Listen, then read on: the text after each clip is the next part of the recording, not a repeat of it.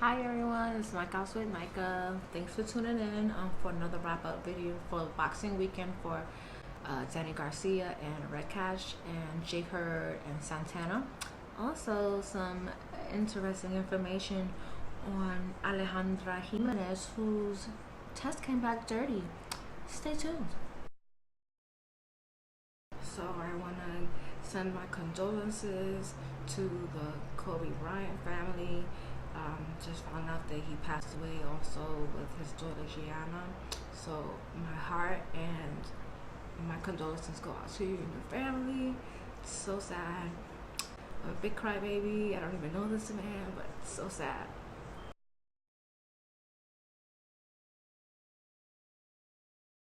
So I want to start off with Alejandra Jimenez, whose Havana testing came back dirty. Her test came back positive for traces of stanozolol. Not really sure if that's the way you pronounce it, but it's a man-made steroid similar to the natural occurring steroid testosterone. Now, there were people who were really upset and going in on folks online who suspected that Alejandra looked manly and sounded manly. I was one of those people who thought that she sounded manly and looked manly, so I suspected that she was on something. I thought she was on some type of steroid for testosterone, and what do you know? She was. Like, it was the obvious. She was very manly. Like, you can't deny that. Now, I don't agree with people saying that she was a man, but I do agree with her looking manly and sounding manly. So, the obvious suspicions for people would be that she was taking testosterone. I really feel like they need to give Francois her belts back, and they need to give a percentage of her purse to Francois. Ante up them belts. You didn't earn it. You cheat. Your 15 minutes of holding it and polishing it is up. Pass the belts back. Pass those belts back. You fucking cheat. So I need Alejandra fans to have a seat because there's no explanation that you can come up with to dispute the fact that there was testosterone in her system. I don't want to hear Alejandra talking about, check my B sample. Bitch, your B sample's probably gonna have 3 times the fucking amount of testosterone in it. Like, sit down, take that L, pass the belts back, and I'm gonna see you again ever, to be honest. Carry on. Alright, so for the first card on the Showtime bouts on Saturday were for Fulton and Kagai, I think that's how you say it.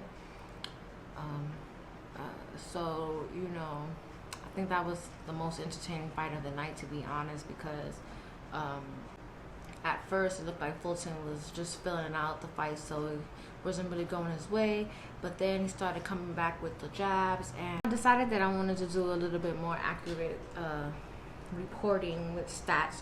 So Fulton landed 83 of 328 jabs, which was 25% to 13% of Kagai's jabs. So obviously the jabs were there for him that night, and he just stuck to the plan, and the jabs won the fight for him. Power punches, 48% to 22%. That was a significant amount more power shots landed. So all in all, Fulton had like a well-rounded fight. Kind of started out a little shaky, but he ended with the W, sticking to his plan. That those jabs are winning for you every time. So the next fight of the night was J Hurd and Santana. I'm not gonna lie, I wasn't really into that fight. It wasn't as exciting as one would have expected it to be, but he's with a new trainer, so they have to get used to each other. They're working on some new things.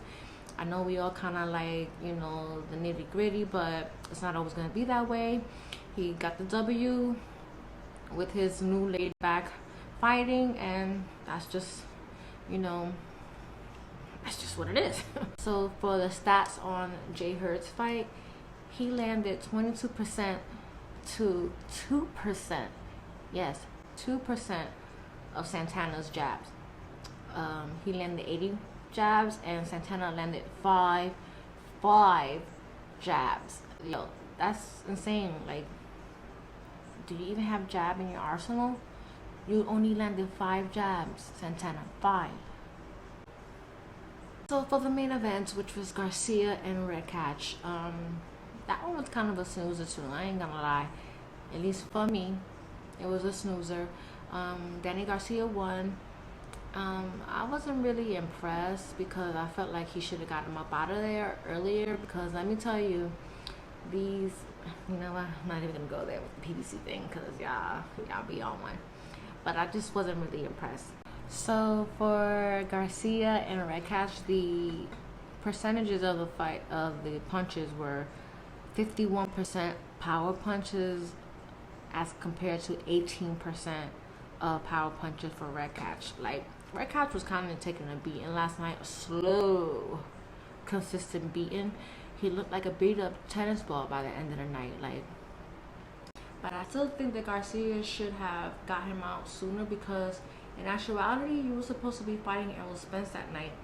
And if that was the performance you were going to give us, because you had to lose a lot of weight, that performance wasn't going to cut it. But I do see why you haven't been calling Bud Crawford out. Stick to that plan. Don't call him out. Keep fighting whatever PBC gives you, okay? So next week, there's going to be a couple of fights for Super Bowl week, which would be on Thursday on the Zone. So I'll put the information up there in the corner. I'll be doing a wrap up for that. But thanks everyone for tuning in. I hope everyone has a lovely week. And again, I want to send my condolences out to Kobe Bryant's family. Like, that's just like, I couldn't imagine going through that.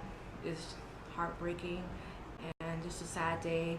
I didn't even want to record today because I knew it was going to be like a somber thing, but it was just very sad. So thank you everyone for tuning in. Like, comment, and subscribe.